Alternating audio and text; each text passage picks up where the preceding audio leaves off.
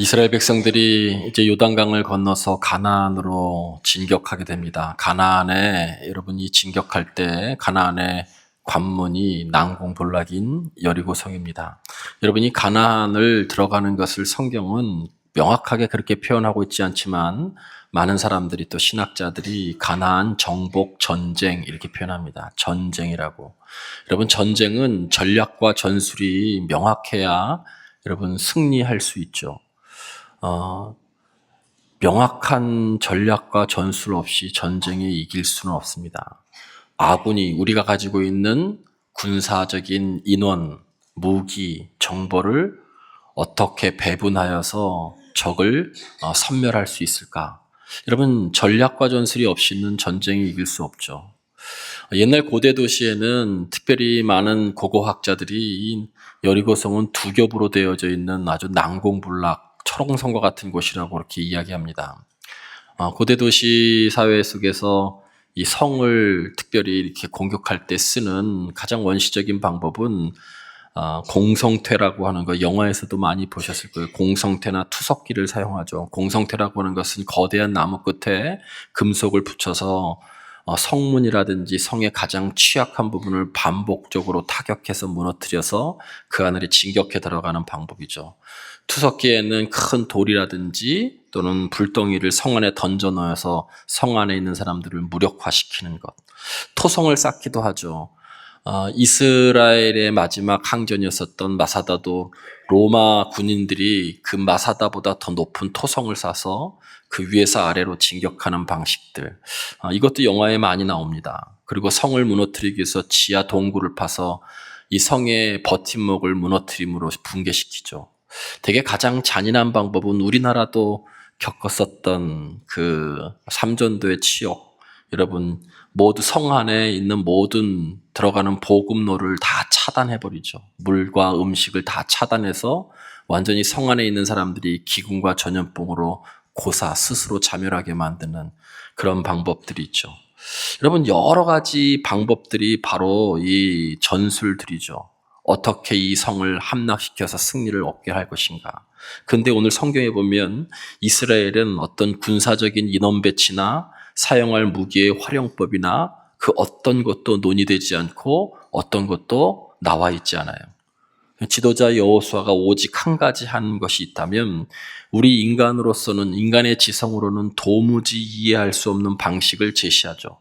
하루에 침묵하며 하루에 한 번씩 여리고성을 돌아라. 7일째 계속 돌고 7일 동안 돌고 7일째 때에는 7번 그 성을 돌아라. 그리고 7번 다 돌고 난 다음에는 나팔을 불면 크게 함성을 쳐라.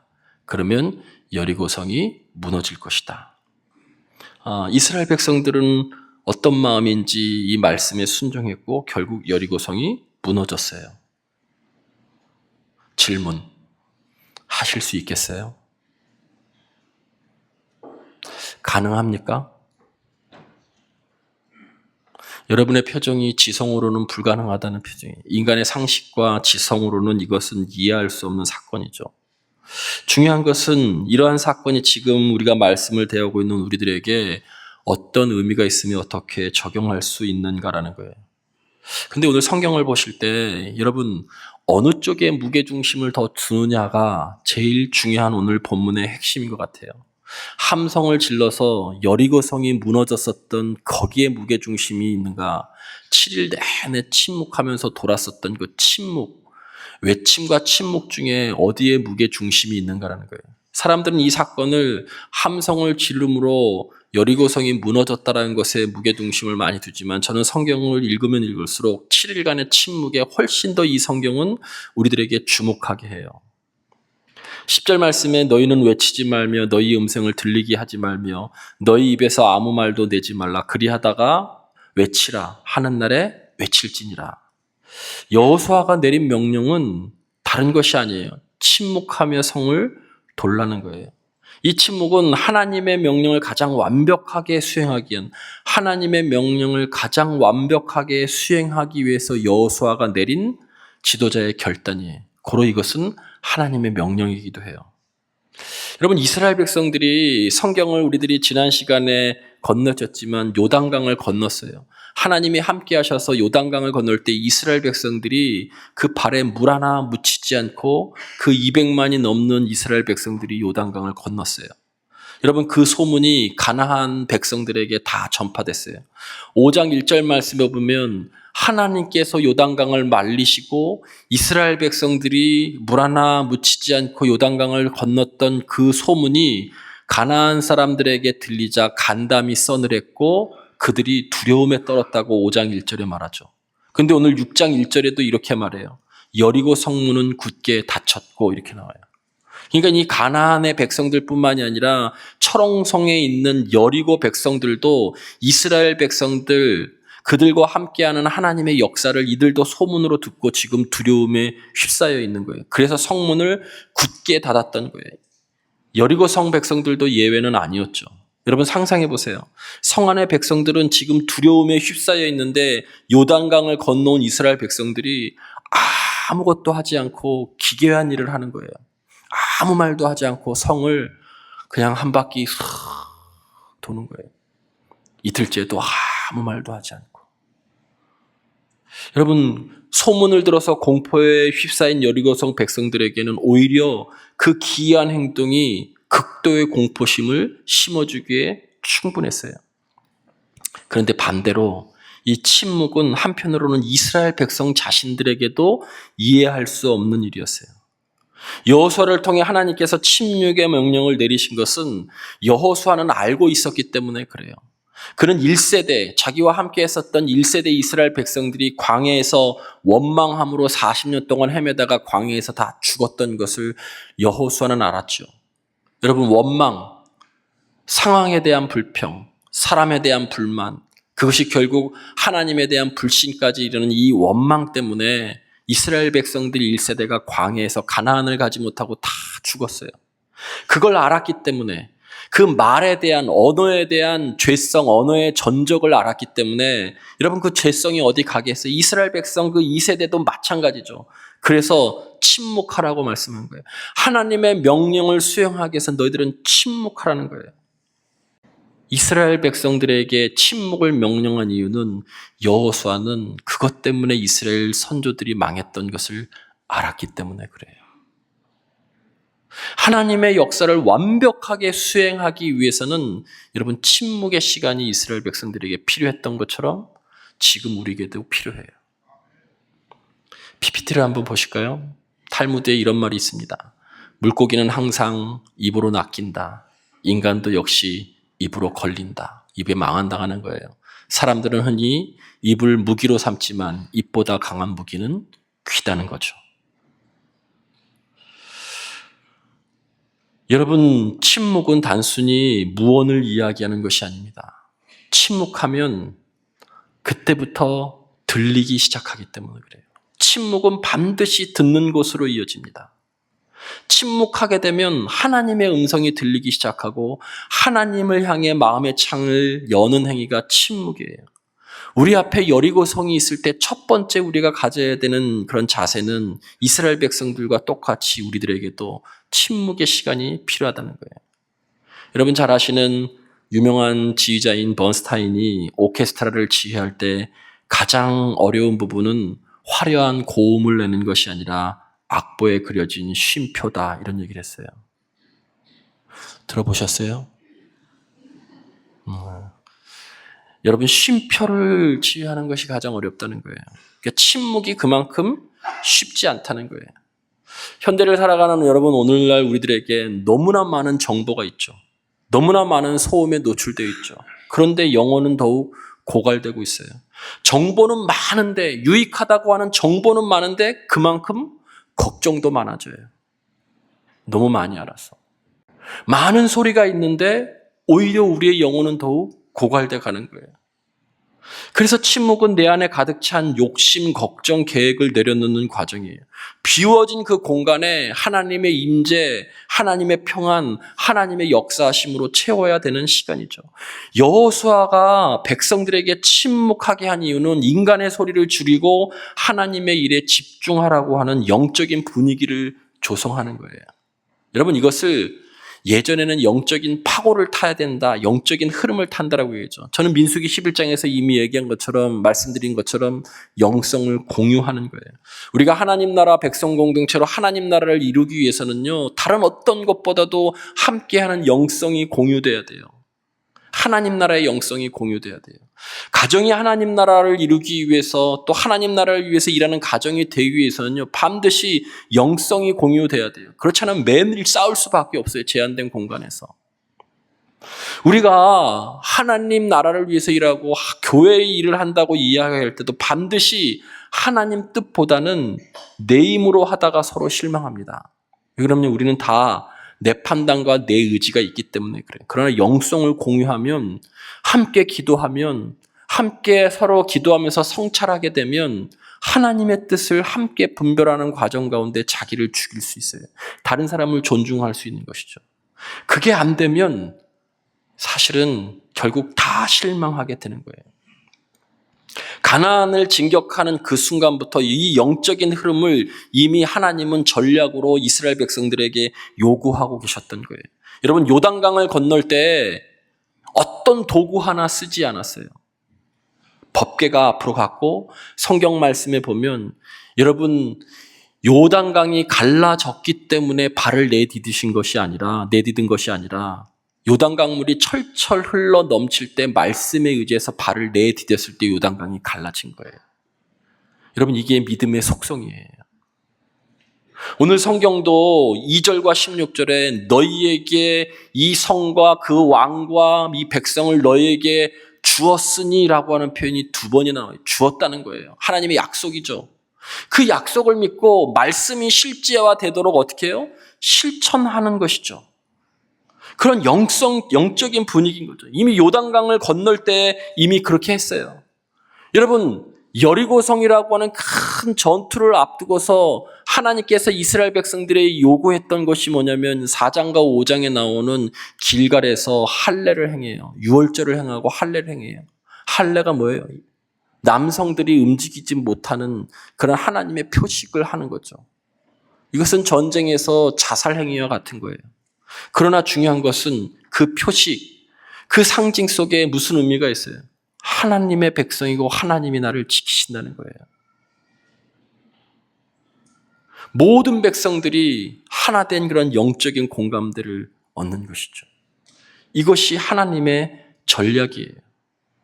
이해할 수 없죠. 다 이해할 수 없어요. 이성적으로는 받아들일 수 있는 것이 단 하나도 없어요. 물이 철철 흘러넘치는 강에 발을 내딛는 그 순간에 여러분, 강이 열려요. 전쟁을 앞에 두고 모든 장정들이 할례를 행해요. 그리고 이 철옹성 앞에서 침묵하고 돌라고 그래요. 어떤 것 하나도 지성으로, 인간의 지성으로는 이해할 수 없는 일이죠.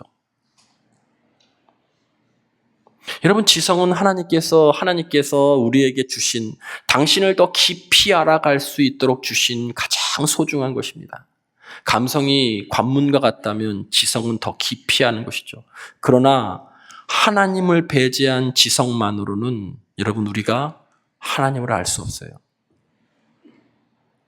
하나님을 배제한 지성 가지고는 여러분이 하고 있는 일들이 잘 될 수가 없어요.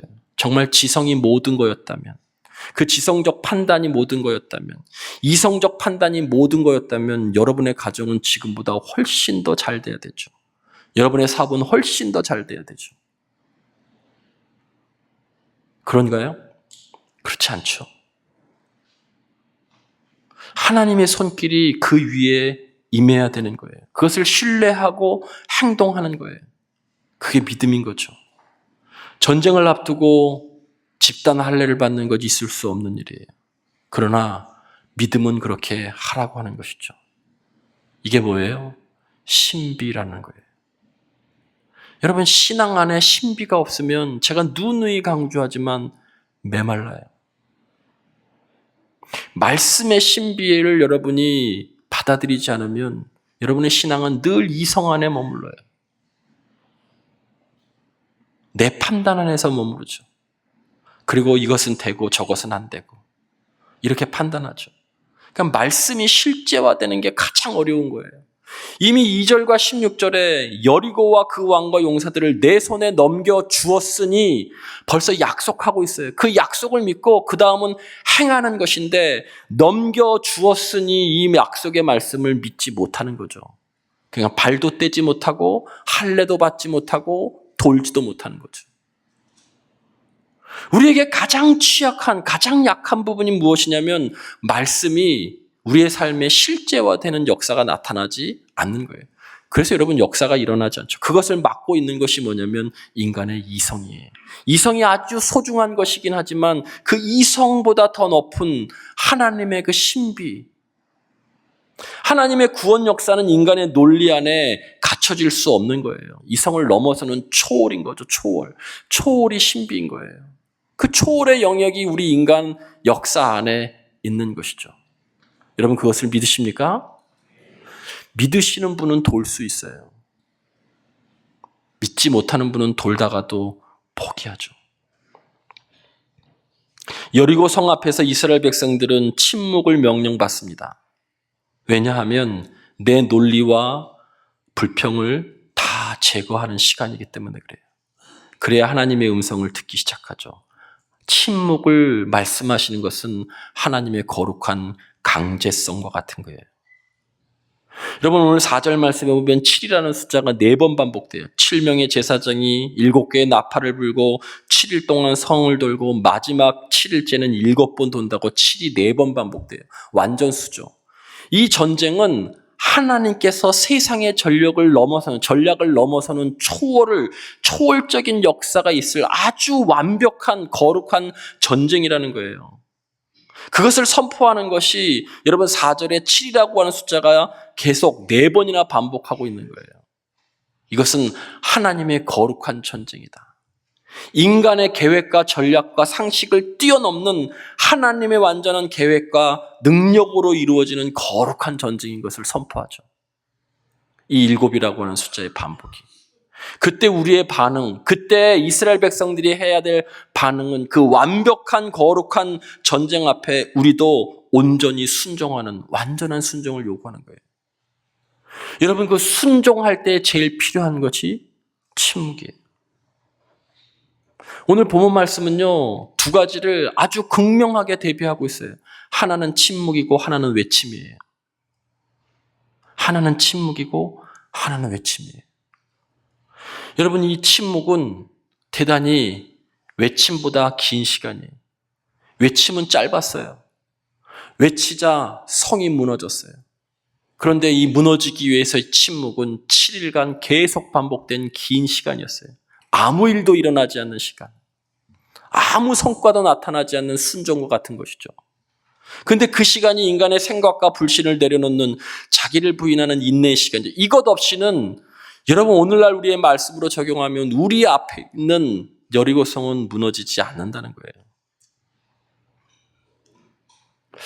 여러분 이 외침이 마지막 외침이 무엇과 같으냐면 여러분이 예배 시간에 부르는 찬송과 같은 거예요. 믿음의 선포죠. 하나님의 약속이 성취되는 것을 믿고 외치는 거예요. 여러분 그것이 찬송이에요. 찬송의 힘이 그런 거예요. 어려운 여리고성과 같은 문제를 만날 때 여러분이 가장 많이 해야 될 것은 뭐냐면 찬송하는 거예요. 그럴수록 찬송하라는 거예요. 근데 우리는 늘 무너짐에만 관심이 많죠. 내 앞에 놓여져 있는 여리고성과 같은 큰 문제가 무너지는 것. 근데 성경은 거기에 집중하기보다는 성경은 7일째, 7일간의 침묵에 더 많이 집중하고 있어요. 아무 일도 일어나지 않는 7일간의 침묵에 성경은 더 주목하고 있어요. 성과 없는 순종. 하루를 돌았는데 아무 성과도 나타나지 않아요. 이틀, 3일, 4일을 돌았는데도 변화되는 것은 아무것도 없어요. 말씀대로 살았는데 아무 일도 일어나지 않아요. 그 순종의 가치를 오늘 이야기하고 있는 것이죠. 여러분 시편 62편 5절 말씀에 나의 영혼아 잠잠히 하나님만 바라라. 물은 나의 소망이 그로부터 나오는도다. 이 소망이 어디서부터 나와요? 잠잠히 하나님을 바랄 때 나오는 거예요. 출애굽기 14장 13절에 이스라엘 백성들이 홍해를 건널 때에도 모세가 백성에게 이르되 너희는 두려워하지 말고 가만히 서서 여호와께서 오늘 너희를 위해 행하시는 구원을 보라. 구원을 보려면 어떻게 해야 돼요? 가만히 있어야 되는 거예요. 그 시간이 필요한 거예요. 우리들에게 소망이 일어나려면 여러분 그냥 잠잠히 있어야 될 때가 있는 거예요. 우리들에게 구원의 역사를 눈으로 확인할 날이 있으려면 가만히 있어야 되는 날이 있어요. 여리고성이 무너지려면 여러분에게 침묵의 시간이 반드시 있어야 되는 거예요. 근데 이 성경에서 우리들에게 말씀하고 있는 것은 이 상황이라고 하는 여리고성, 우리 앞에 놓여져 있는 여리고성, 정말 힘들고 어려운 어떤 난제들, 문제들, 상황들, 그것이 질병이든 그것이 돈의 문제든 그것이 인생의 허무감이든 그 어떤 것이든지 간에 여러분 여리고성이 있는데 이것을 무너뜨리려면 반드시 먼저 무너져야 될 것이 있는데 뭐냐면 그것이 나만의 아성이에요. 그 기간이 7일인 거예요. 7일간의 침묵은 나만의 그 아성이 완전히 내 힘으로 살가자 하는 그 모든 것이 내려앉아서 마지막 외침은 뭐냐면 하나님, 나는 도무지 하나님 없이는 아무것도 할 수 없는 존재입니다. 라고 하는 외침이 있을 때 하나님이 역사하시며 상황의 여리고성이 무너지는 거예요. 믿습니까? 7일이 바로 그런 시간이에요. 그런데 우리는 이 나만의 아성을 무너뜨릴 수 없죠. 이게 내 자랑이거든요. 이걸로 내가 다른 사람 앞에서 뭔가 보여주는 거거든요. 내 판단과 내 논리와 내가 가지고 있는 그 어떤 것으로 내 앞에 놓여져 있는 상황들과 사람들을 조종하고 설득하고 싶어 하죠. 그러나 아무것도 이루어지지 않습니다. 하나님은 그런 것에 역사하지 않으세요. 내 의지와 내 판단이 다 무너져 내리는 그 시간에 비로소 하나님이 역사하는 거예요. 저는 이스라엘 백성들이 외쳤던 그 외침은 침묵의 축약이었던 것 같아요. 이스라엘 백성들이 마지막에 외쳤던 것은 하나님 내가 하는 것이 아니라 당신이 하는 것입니다라고 외치는 그 외침이었던 거예요. 여러분 제사장의 나팔이 그래서 승리의 나팔이에요. 너 충분히 침묵했구나. 너는 이제 승리를 가져올 것이다. 침묵의 시간이 무의미한 시간이 아니라 내가 죽고 하나님이 역사하는 시간이죠. 여러분 성벽이 무너지는 기적보다 더 큰 기적은요. 7일 동안 묵묵히 성을 돌면서 내 자아를 죽이는 것. 내 고집을, 내 불신을, 내 자랑을, 내 자원을 죽이는 시간이에요. 이게 훨씬 더 어려운 거죠. 근데 이것이 없으면 성도 무너지지 않아요. 이스라엘에게는 전술이 없었습니다. 유일한 전술은 하나님의 임재 안에 머무는 거예요. 하나님의 능력 안에 머무는 거예요. 하나님께 나를 맡기는 것이죠. 그 시간이 침묵의 시간이에요. 그래서 우리의 삶의 전쟁, 영적 전쟁의 전략은 다른 것이 아니에요. 하나님과의 관계이죠. 말씀에 우리가 얼마만큼 순종하는가 그것이 관계이죠. 내가 정말 하나님과 깊은 관계, 하나님과 신뢰하는 관계가 있으면 그 말씀에 신뢰함으로 실천하죠. 그게 승리의 길인 거예요. 내가 그분 안에 어떻게 임재하고 사는가를. 사랑하는 성도 여러분, 성벽이 무너진 후에 기뻐하는 것은 누구나 다 할 수 있는 일이에요. 그러나 성벽이 요지부동일 때 여전히 하나님의 법궤를 뒤따르며 걷고 있는 그 믿음의 행동은 쉬운 것이 아니에요. 그러나 하나님은 우리들에게 그 행위를 통해서 우리가 신앙의 기품으로, 신앙의 성숙으로, 그리고 내면의 진짜 힘을 강하게 하십니다. 여러분 그것을 통해서 여러분의 상황의 여리고성을 무너뜨릴 수 있는 승리자가 되시기를 주의 이름으로 간절히 축원을 드립니다.